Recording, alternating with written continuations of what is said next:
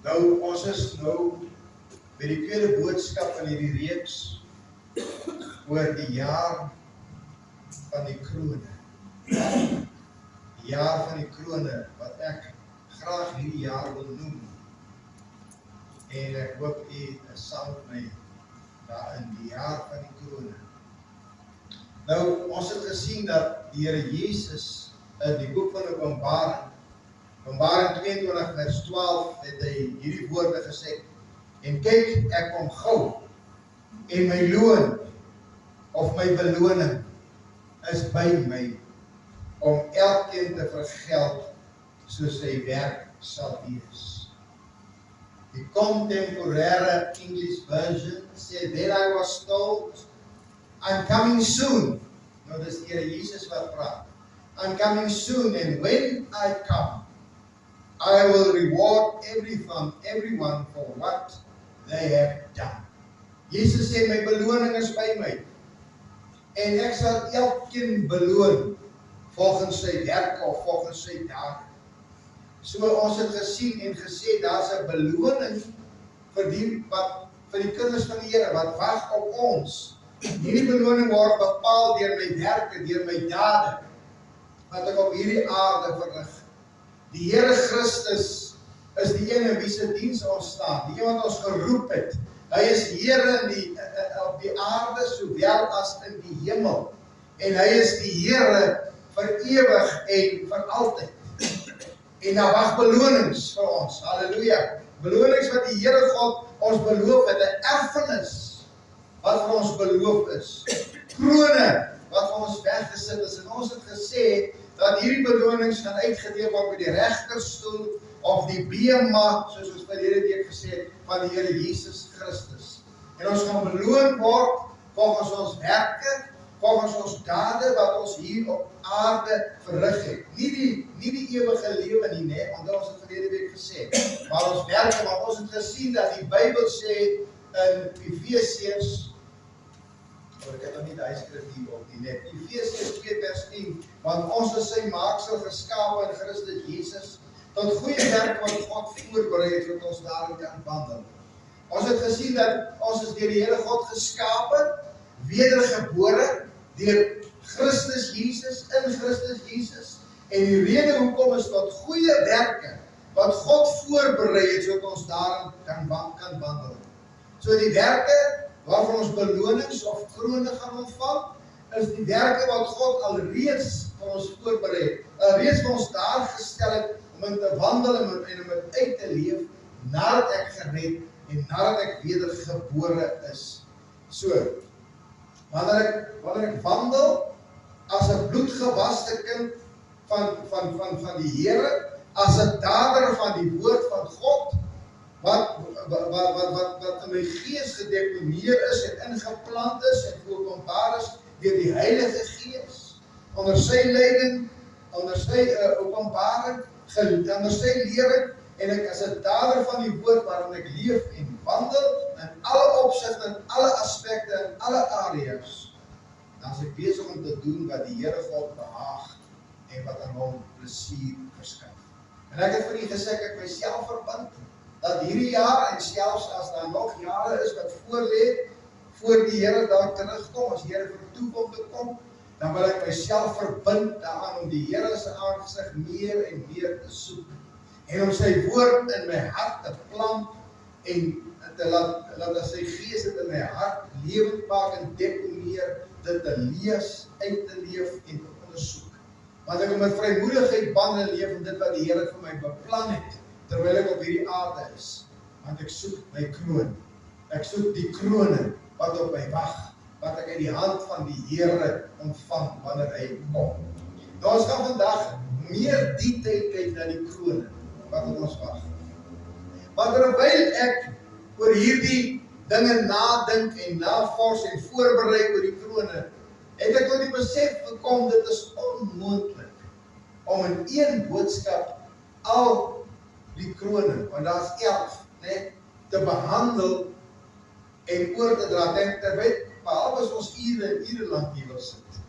Maar nou het navorsing bewys dat 'n mens net vir ongeveer so vir 15, 20, miskien 30 minute kan konsentreer en inneem wat geleer of wat gesê word. Dan sny my brein uit. En dan moet ek eers weer 'n pause hê. Eers weer 'n ruk net vir 'n oomblik rustig wees en iets anders doen voordat ek weer kan aandag gee. Nou, ons kan nie pauses hê in ons kerk nie. So ons maak dit eerder korter. Ek praat eerder met u oor 'n langer tydperk oor die krone. En daarom wil ek vandag nie al die krone met u deurgaan, maar ek sal net eers vanoggend oor die eerste 3 krone praat wat ons in die Ou Testament vind. En daarna sal ons volgende keer verder deel rondom die verblywende krone.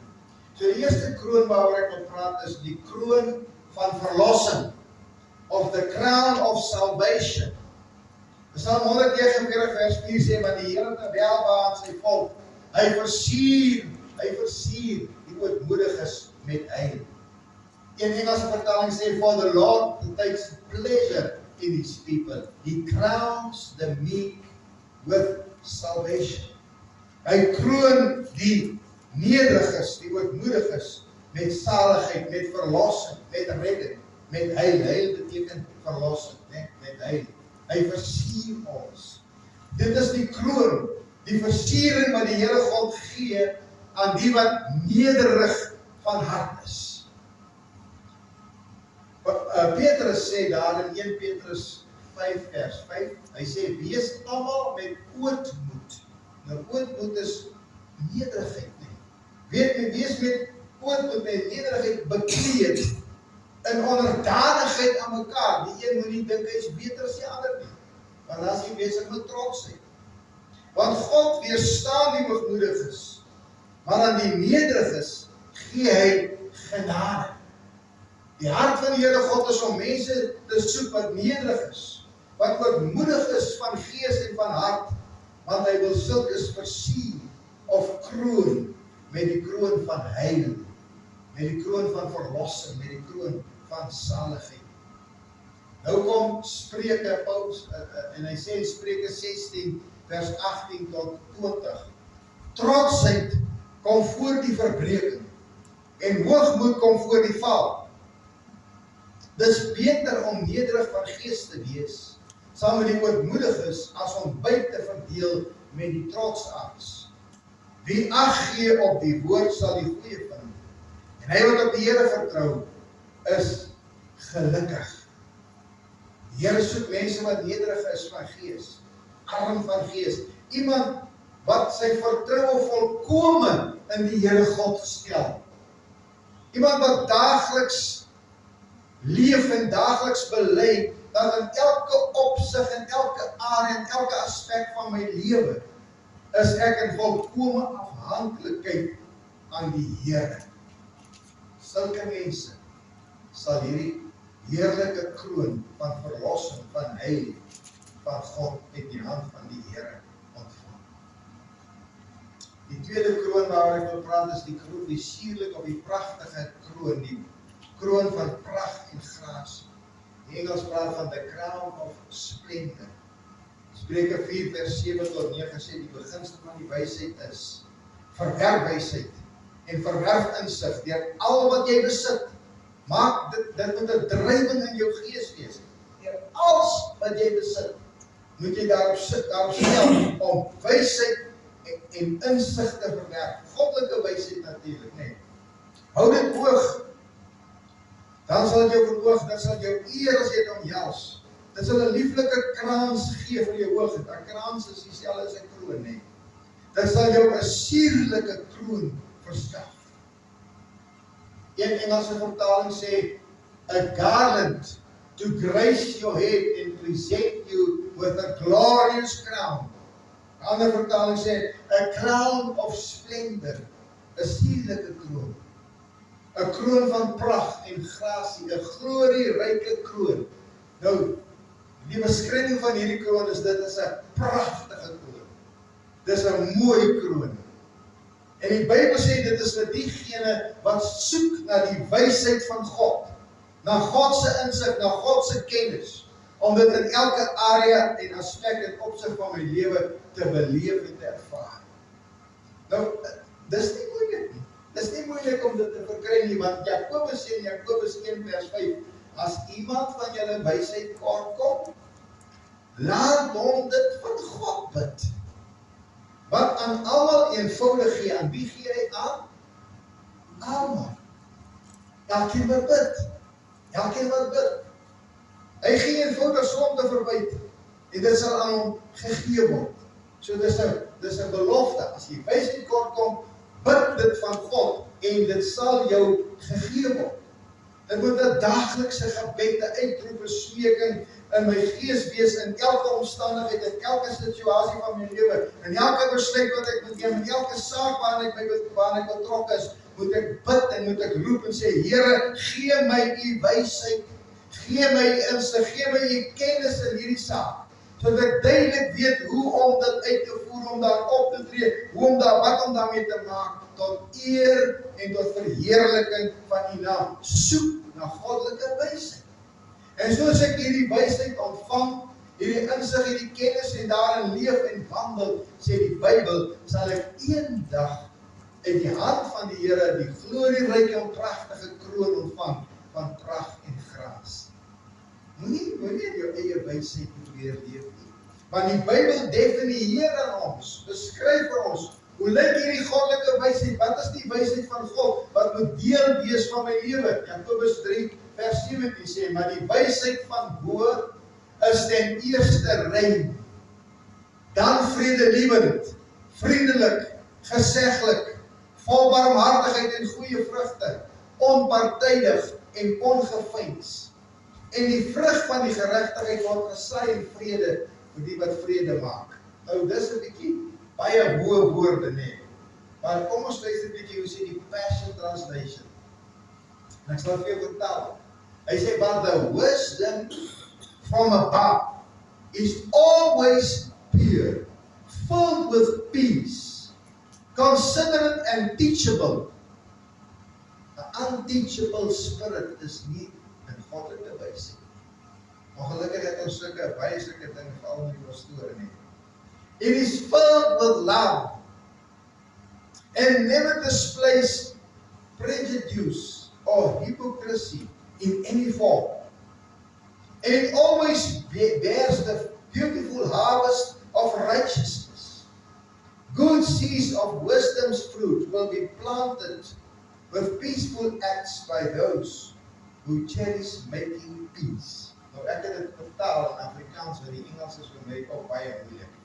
En die Afrikaanse vertaling wat Google vir my gee sê, die wysheid van bo is altyd suiwer. Altyd rein, altyd suiwer. Dis gevul met vrede, met bedagsaam en leersaam. Goddelike wysheid leer jou iets. Leer jou iets van die lewe. Dit is gevul met liefde. En toon nooit vooroordeel of skynheiligheid in enige vorm nie. Dink julle weet dan seker wat dit alles beteken, nie, skynheilige mens. Geen wysheid van God, geen kennis. Die goeie saad van wysheid se vrugte sal geplant word met vreedsame dade. Net nou. Wysheid word geplant met vreedsame dade, met werke. So my werke wat vreedsaam is, leersaam, gevul met liefde, nie skynheilig nie, nie vooroordelig nie.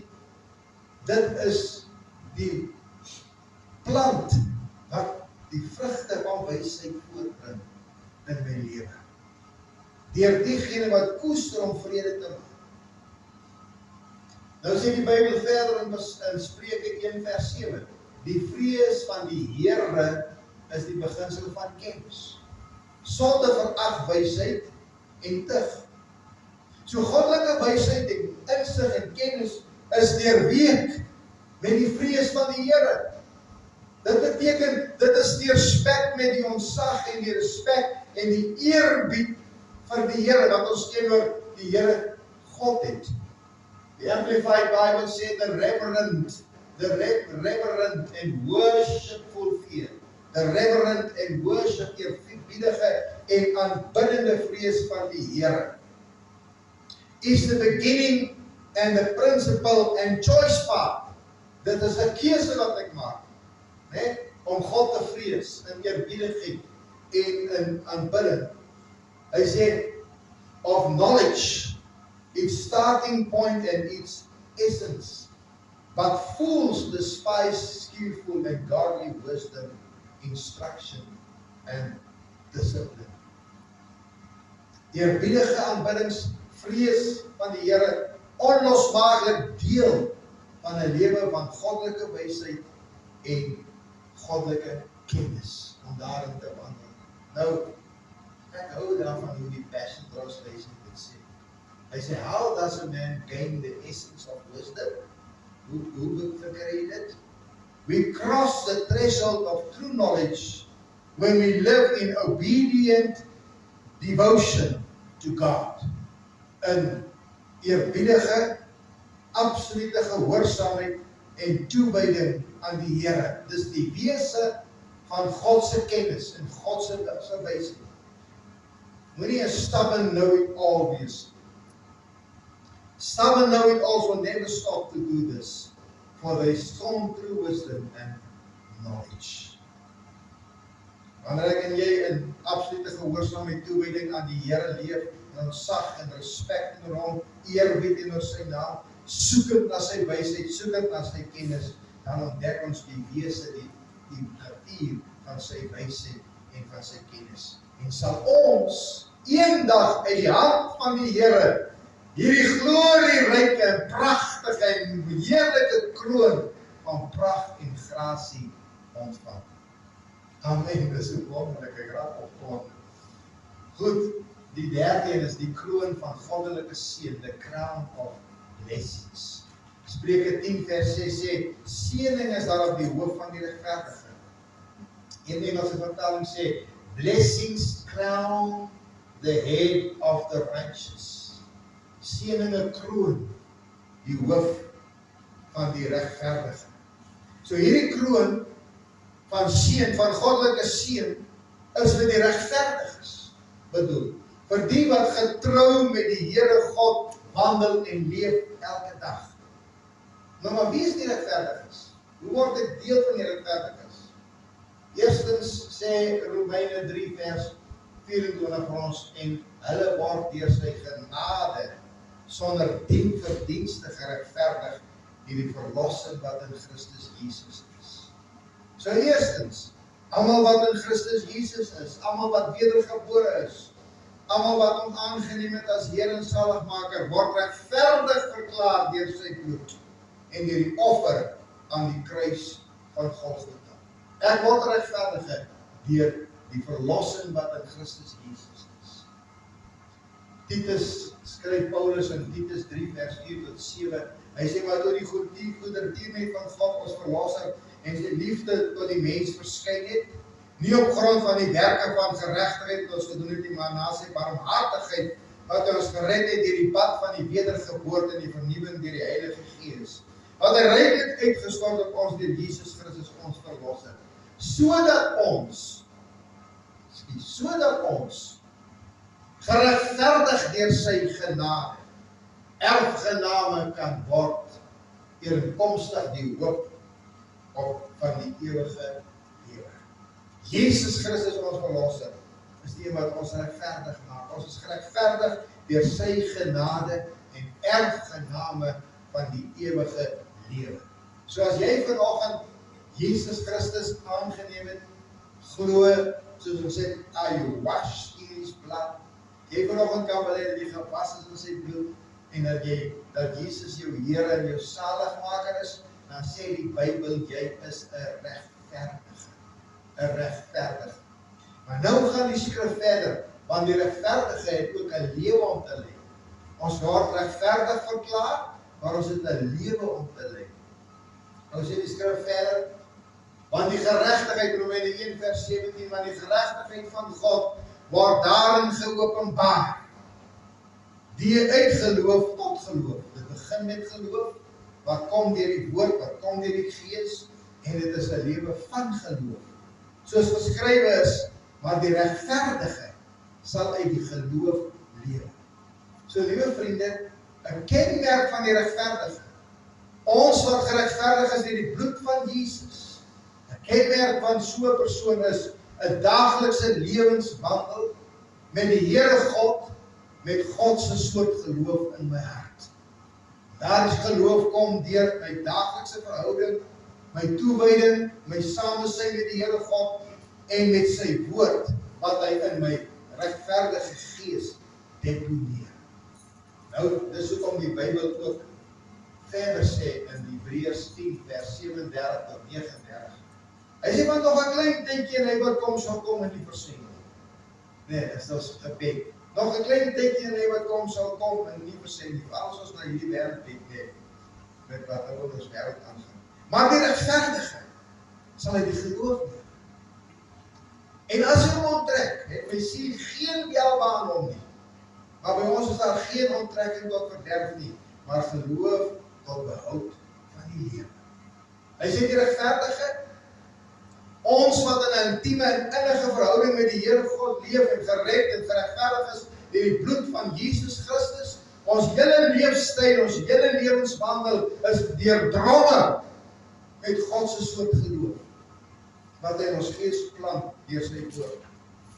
En nou sê die Hebreërskrywer iets, hy sê, maar as hy hom onttrek, dit beteken, dis moontlik, dat 'n persoon, 'n regverdige, want hy praat van die regverdige, hy sê die regverdige sal hy die geloof gee, dat so 'n regverdige hom kan onttrek van die lewe van goddelike geloof. Hy sê en verderf is dan sy deel, want onttrekking bring verderf. En in so 'n persoon het hy geen welbehae nie, vind nie plesier nie. Maar dan sê ons het geen begeerte by ons as regverdiges in die Here om ons te onttrek nie. Ons het onsself voorgeneem en verbind en commit om te bly wandel en te leef saam met die Here God in sy soort geloof. Want daardeur ervaar ons die ware lewe. Die Passion Translation sê, we are among those who have faith and experience true life. Ons kan vanoggend dit bely, as jy regtig die Here dien, dan sal jy sê, Here, ek is onder diegene wat geloof het, God se soort geloof, en wat die ware lewe in Christus Jesus ervaar. Nou kom die profeet, in die boek van die profeet Sefanja. Het een van julle al van Sefanja gelees? In die boek van die profeet Sefanja sê hy, die wat van die Here afvallig word, en wat die Here nie soek, en hom nie raadpleeg. Engels sê baie mooi, those who turn back from following the Lord. Om afvallig te word van die Here beteken, ek volg hom nie meer nie. Neither seek the Lord, nor inquire of him. So dis moontlik dat iemand wat regverdig is, afvallig kan word. Uit sy eie keuse. Uit sy eie keuse. En nie meer God dien en volg en hom nie soek en hom nie raadpleeg nie. Kom 'n voorbeeld wat ek vir u wil doen. Paulus skryf van 'n man in die naam van Demas. Demas het hom vir 'n paar jaar op sy sendelingreise vergesel. En aan die einde van sy lewe, terwyl hy in die tronk sit in Rome en wag op sy dood, skryf Paulus aan Timoteus. Hy sê in 1 Timoteus 4 vers 6 en 7, hy sê, want ek word alreeds as 'n drankoffer uitgegiet, en die tyd van my heengaan is naby. Paulus sê, ek is naby aan my einde van my lewe, op hierdie aarde. Ek het die goeie stryd gestry. Ek het die wedloop volëindig. Ek het die geloof behou. Hierdie goeie stryd, my lewe was 'n wedloop waarin ek die geloof behou het. Tot aan die einde. Maar dan skryf hy daar in 2 Timoteus 4 vers 10. Skryf hy vir Timoteus. Demas het my verlaat. omdat hy die teenswoordige wêreld lief gekry het. Demas, wat saam met Paulus op sy sendingreise was, saam met hom bedien het, wat 'n regverdige was, het die wêreld meer lief gehad of meer liefde gekry as die Here God. Hy het die wêreld as sy dinge weer begin aanhaak en die Here verlaat. Alhoewel hy vir baie jare 'n sendeling was, wat die evangelie saam met Paulus verkondig het. Nou luister baie mooi. Sekere Bybelverklaarders sê dat Demas het later 'n priester geword in die afgodstempels van die Tessalonisense. Dit is geweldig dat iemand wat die Here dien en sy evangelie verkondig het, soos Hebreërs hoofstuk 6 sê, dis onmoontlik om iemand weer tot bekering te bring. Wat eenmaal hierdie heerlikheid beleef het, die kragte van God, die woord van God in sy gees. Demas het die teenswoordige wêreld lief gekry. Liewe vriende, indien ek God verlaat, indien ek nie meer met hom 'n pad stap nie, indien ek my verhouding met hom begin verwaarloos en nalaat, hom nie daagliks soek en raadpleeg nie, want dit is baie belangrik dat ons vanoggend dit sal raak sien, en my onttrek van die samesyn van die heiliges, dan maak ek my oop vir die invloede, die werkinge en die misleidinge van die duiwel en van hierdie wêreld. En dan begin die Satan my beroof van die seëninge van God. Dan begin hy my besteel. Dan ervaar ek verwoesting. En uiteindelik gaan hy my vernietig. Soos wat dit met Demas gebeur het. So die Bybel sê dat die regverdige het 'n leefstyl. Die leefstyl van die regverdige is om met my hele hart en siel en gees en al my krag en mag die Here God aan te hang. Om elke dag te dien en te vrees en in bewering met absolute ontzag en respek en gehoorsaamheid in sy stem en in sy insprake te leef en te wandel en daagliks die Here te soek en hom te raadpleeg. Dit beteken, dit is diegene wat tyd met die Here God spandeer. In my binnekamer, in gebed en in sy woord, sodat goddelike geloof in my gees kan kom, wat is al dit kan gebeur deur sy gees, en deel word van my leefstyl, deel van my woorde, deel van my dae. Dis wat die definisie is, of die kenmerk, nou stel van 'n regverdige. Nou sê die Bybel ook vir ons, baie wonderlik, dat die bruid van Christus, hy sê in Openbaring 19 vers 7 tot 8, laat ons bly wees, laat ons bly wees. Kom ons wees bly, kom ons wees bly. Hoekom moet ons bly wees en ons verheug en aan hom die heerlikheid gee? Want die bruilof van die lam het gekom. En sy vrou, sy bruid, het haar gereed gemaak.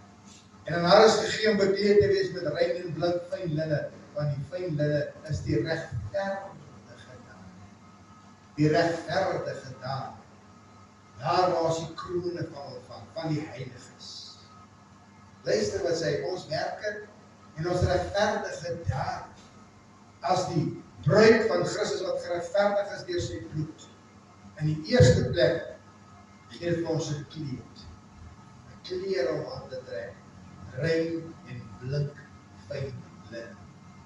En in die tweede plek, die het dit verkry ons ook, die kroon van goddelike seëninge. Ons gaan geheel en al geseënd wees in die hemel, in die koninkryk van God, wanneer hy kom op die wolke. Ons ervaar nou al reeds seëninge, maar ons het 'n vyand wat ons probeer beroof, maar in die hemel gaan ons geheel al geseënd wees.